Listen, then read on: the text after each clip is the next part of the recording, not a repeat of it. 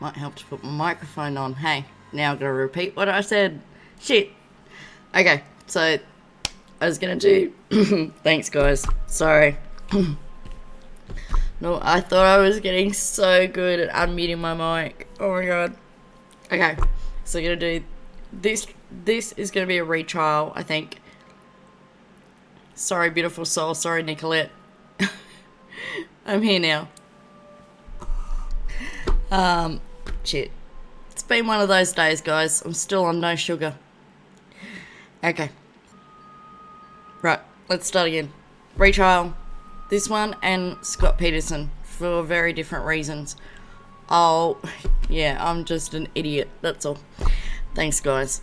I wasn't checking chat. I was just rambling off. So the reason I wanted to cover this one, even though it's from 2014 and the trial was in 2016, is because I do believe he's innocent. And I am going to put the whole trial up, but like for the purposes of these lives, I'll just give you the cliff notes. So if you don't know the case or anything like that, and you don't want to watch a 3-week trial, then you'll kind of know what's going on. Yes. Oh, God. Sorry, guys. Okay, and there's a 30-second lag, so you guys should be able to hear me now. Sorry. Okay. Yeah, hi Nicolette, hi beautiful soul. Sorry about that. And so Scott Peterson's going to get a retrial too. I've organised my playlists so they're tidier. So now if you want to see why Scott Peterson is getting a trial, because I get a lot of comments about why the hell is he getting a retrial, you can go to the playlists on my channel and see why. There's a few. This is a bit different, even though they don't cite the prosecution screwing up, which they did, as a reason for the retrial. It is a part of it, and I think he should have received a retrial way before this. So this is Justin Ross Harris and his son Cooper, who died in a hot car in Georgia in 2014. Justin Ross Harris just goes by the name Ross, and there have been a lot, well, I won't say a lot, but there have been almost 1,000 hot car deaths in the US, in the last few decades. But this one, if you're not really into trials, I still recommend watching it because it has everything that you could want or expect from a, not that you would want this for anyone, I guess, but it is a dramatic trial. It went for 3 weeks, and so just a brief rundown on this, and just waiting for a couple of people to come in, then I'll play the timeline. It's just quick. It just gives you an idea of what happened that day.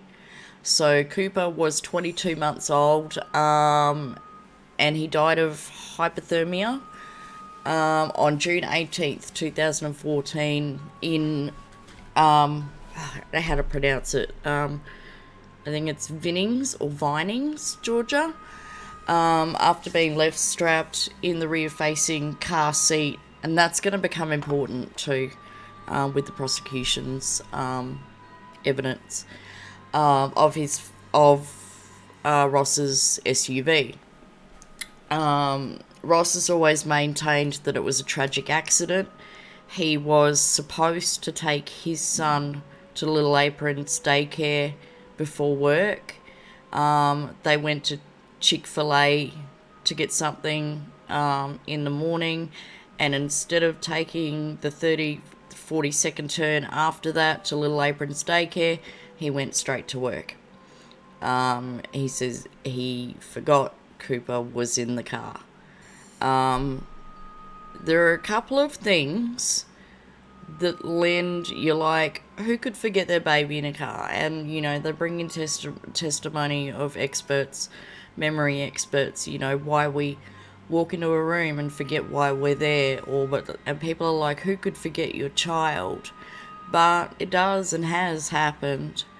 And there are a couple of things that lend towards exculpatory evidence, and that is evidence in favour of the defendant, in this case Ross Harris, that he couldn't hear in one ear.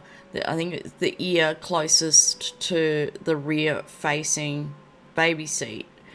And so, you know, if there were any sounds, if Cooper had made any sounds or anything like that, he couldn't hear it, you know, and that was brought into evidence as well.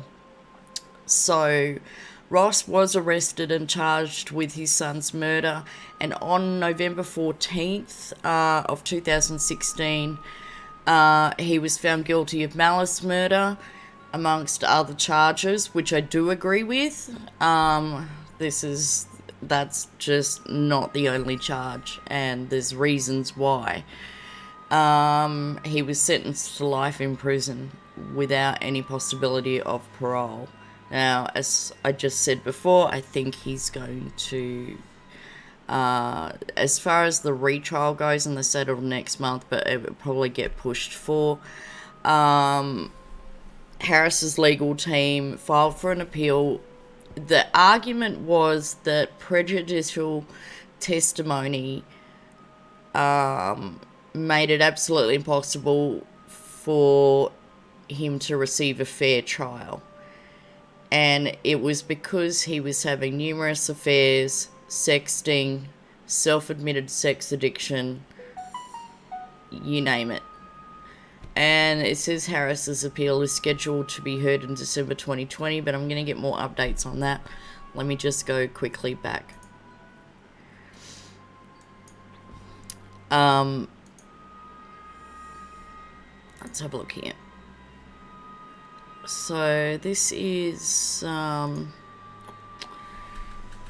Ross's mugshot. He doesn't look too happy. I'm going to play the timeline now, the morning of events that happened.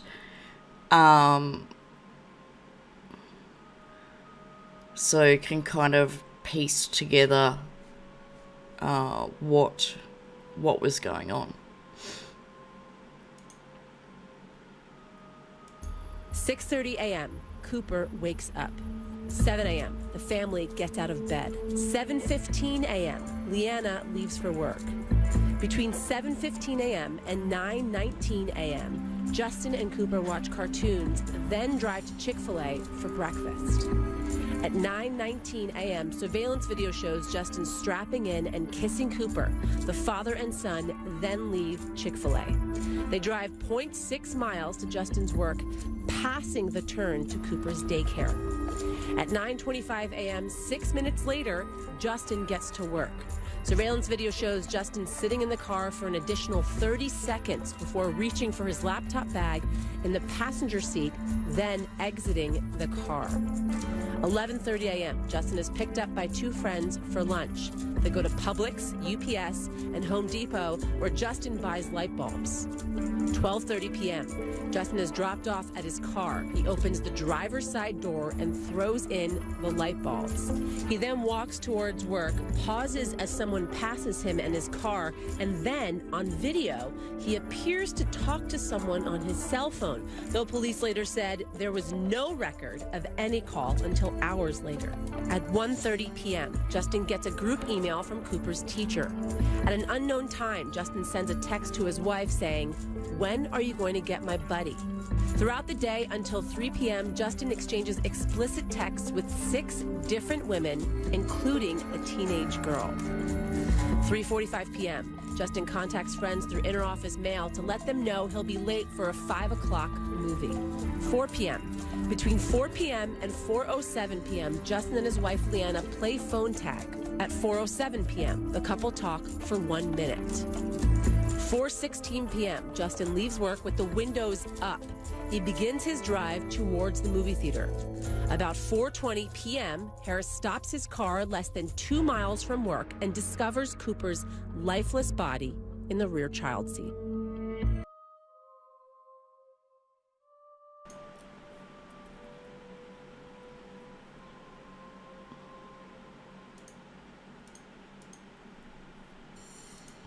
So that gives you the basic timeline of there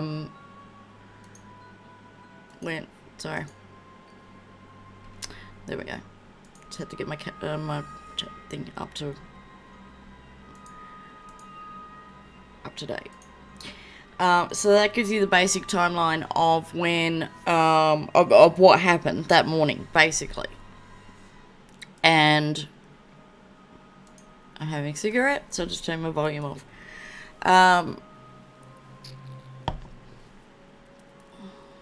Is it possible that with all of this sexting and affairs going on and that his mind was on that? Because, you know, as he got out of the car in the morning to go to work, he's on his mobile once again, you know, and of course all of that evidence came into court, all of the IT evidence of, you know, who he was texting, what secret apps he had, testimony from prostitutes, you name it, this trial has it. And in that timeline, you saw around lunchtime, he actually went with some buddies out to lunch. And the prosecution tried to suggest that that wasn't a normal thing that he did. It wasn't a regular thing that he did. And so it was kind of like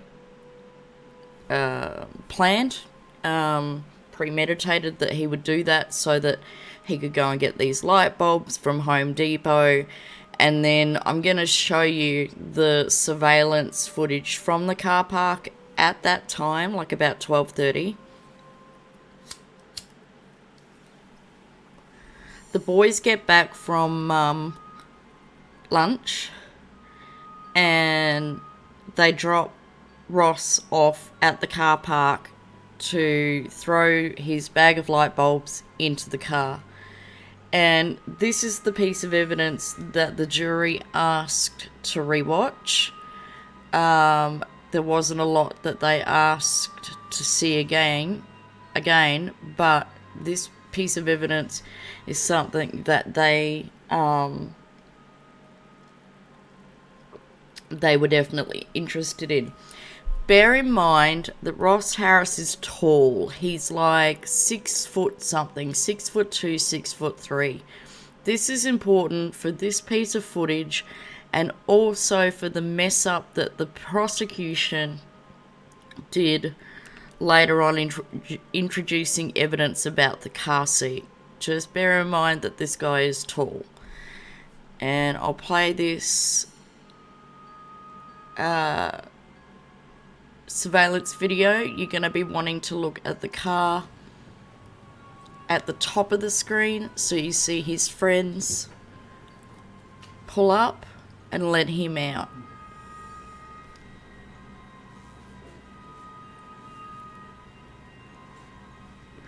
Not the guy walking on camera just yet.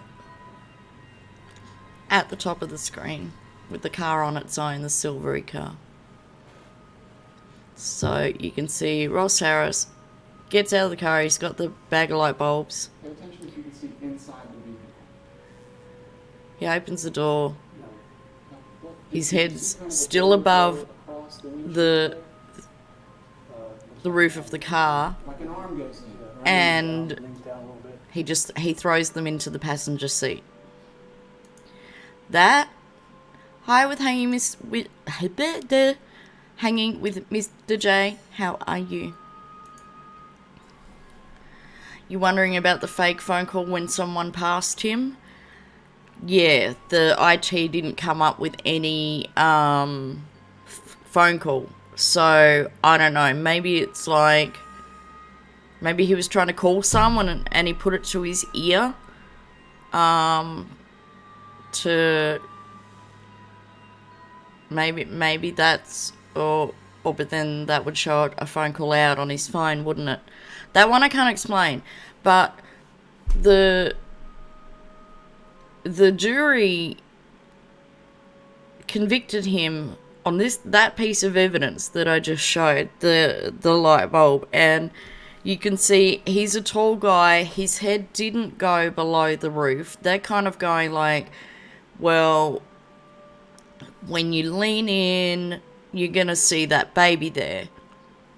But he kind of stayed upright and kind of just threw the light bulbs in over across the driver's side to the passenger side.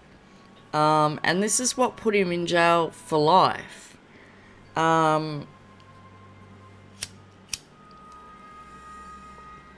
What they did in the, I want to say, the second or the third week, they actually took the jury out to the front of the courthouse with Ross's car so that the jury could, yeah,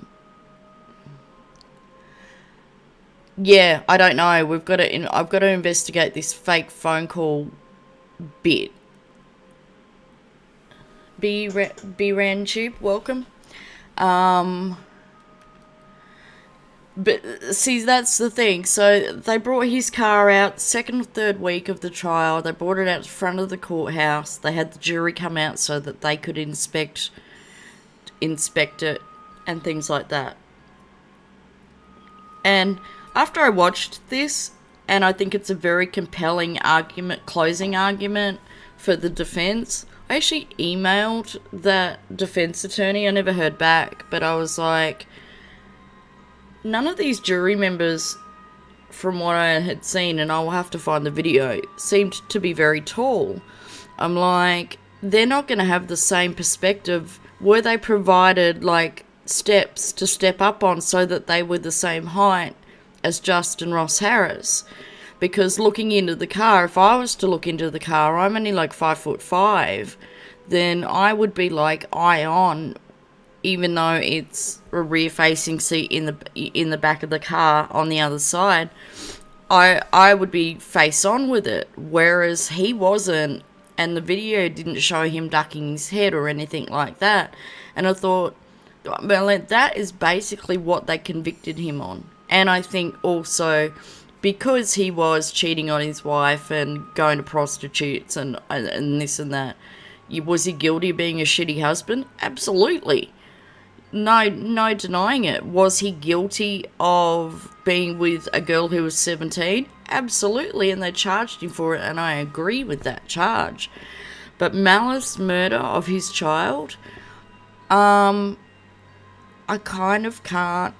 If it was me on the jury and I'd seen all the evidence that I had seen, I couldn't find him guilty. I don't even think I could be undecided. I think I would be like, acquit. All that time, you mean he didn't realise his son was still in the car? Well, yeah, Baran, I have been waiting for it too. Now, Wikipedia says next month, but that's not really reliable. And I was trying to find the courthouse on Facebook. It's a really good group, group. Shows all the upcoming trials and that, but I don't know if I was searching too fast. I don't know if it's gone, if it's still there. It should still be there, the courthouse. Now, because I know a couple of months ago it was going to be coming up and I got real excited. But then because of COVID, things have been pushed. You don't think the charges for murder and the sex crime should have been put together? No. Well, this is the defense's argument that he didn't get a fair trial because of them bringing out all of this private life of him, sexting and talking to 7 different women, and one being underage, and some prostitutes and that. But if you're not into trials, I think you still would find this one interesting, because this testimony there, you'll see his wife, who's now his ex-wife. She doesn't, well, as of 2017, she didn't think he was guilty. She still thought he was innocent. I think she's moved on and remarried. She was engaged last time I checked, but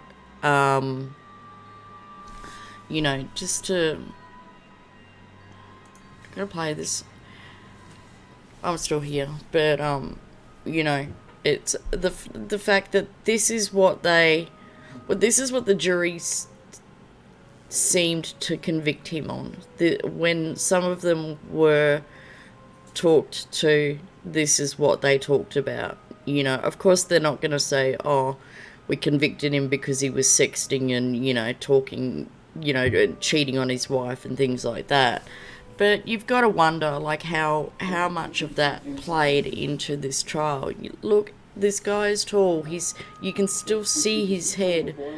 I mean, it is possible that he threw those into the car and still didn't think about his son being in there. And anyone that they spoke to said that he was an exemplary dad, that he was a wonderful dad. Not like overly wonderful, you know? And so I didn't feel deceit or acting or anything in this in this trial.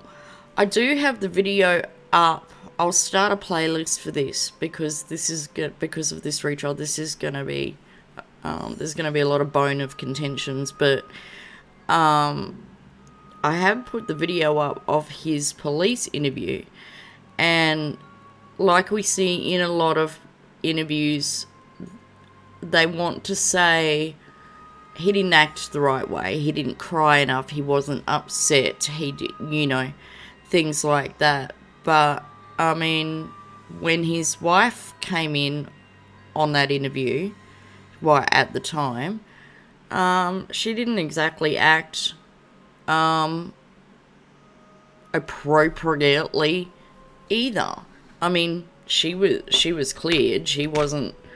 No one looked at her and said, you know, they're in on this together, or she has something to do with this. But you know, I think unless you've been through that, I can't say definitively how you're gonna react. Rocksteady, hi. You can't remember. Did he normally take the kiddo to daycare, or was it his wife? I think it was mixed. Good question. I think from memory, it was mixed. So I'm just having a look here if there's anything that I've forgotten to say.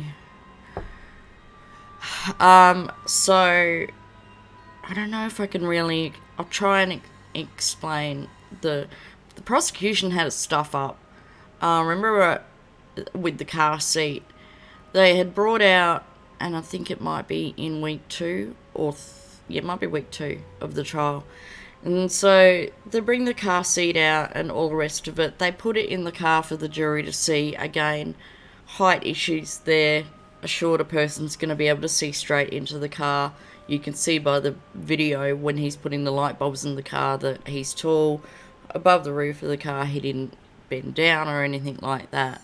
The prosecution also put the car seat in the car, saying as it was on the day that this happened, June 18th, 2014. But I'm going to have to go back and look at the intricacies of that. But they got the measurements wrong of the car seat.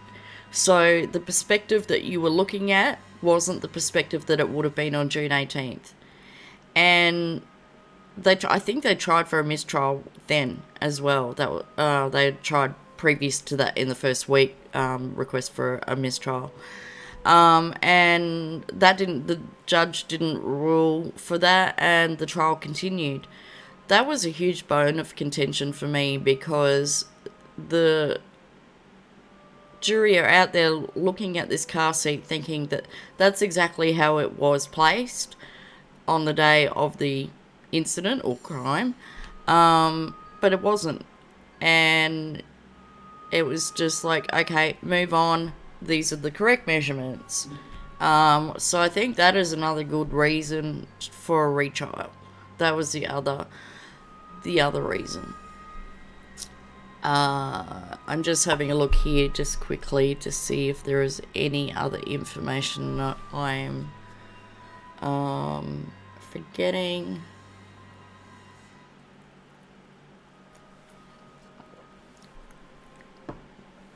So the Little Aprons daycare was actually part of where he worked. Kind of like a lot of the workers used that daycare. So it was literally just around the corner. And then I think they said in that video, the drive from, or it was a video, the drive from Chick-fil-A to the Little Aprons daycare is literally like 30 to 40 seconds. But they did bring in, experts, memory experts, and that. I find that stuff interesting and that, but you might just want to watch it for the testimony of the underage girl and the women he slept with and the prostitute. I don't know, but I mean, that's really going to pit a jury against you.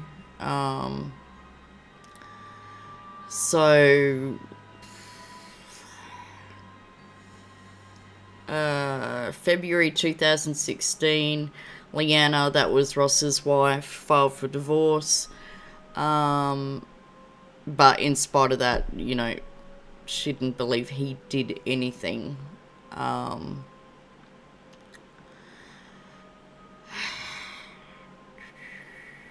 So she was quoted as saying, and you can see her testimony there, that he had destroyed her life with his sexual affairs, but that he did not intentionally kill their son. And that is, that's kind of where I sit, too.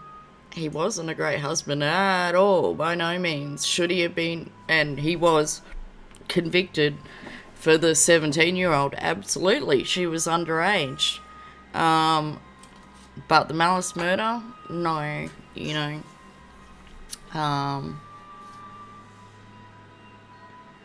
were probably both in shock. I agree. I think so. I mean, that would put me in shock.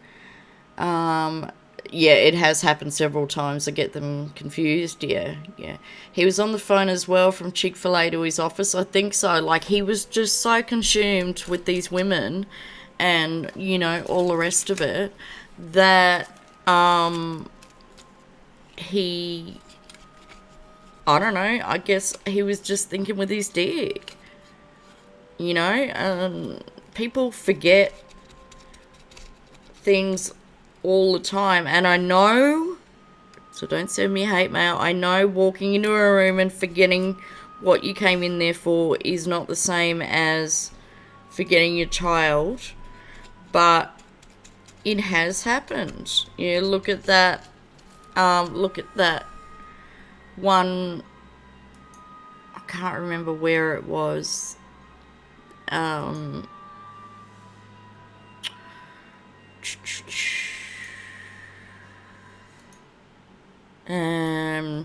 she was a daycare driver and she forgot to clear the van, and that little boy died in the van.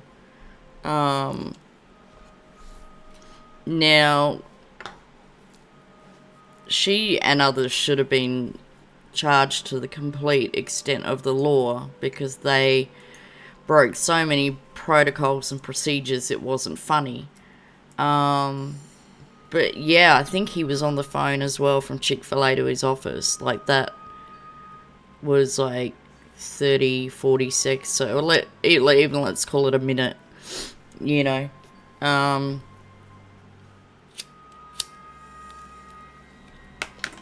So that's all he's thinking about, to be honest. There's no evidence whatsoever that he was a bad father. You know, none. Nowhere. They tried to find it. And I think if not for all of these affairs and prostitutes and stuff that he was having, he may not have been convicted of malice murder.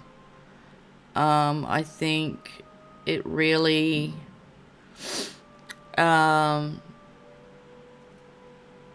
it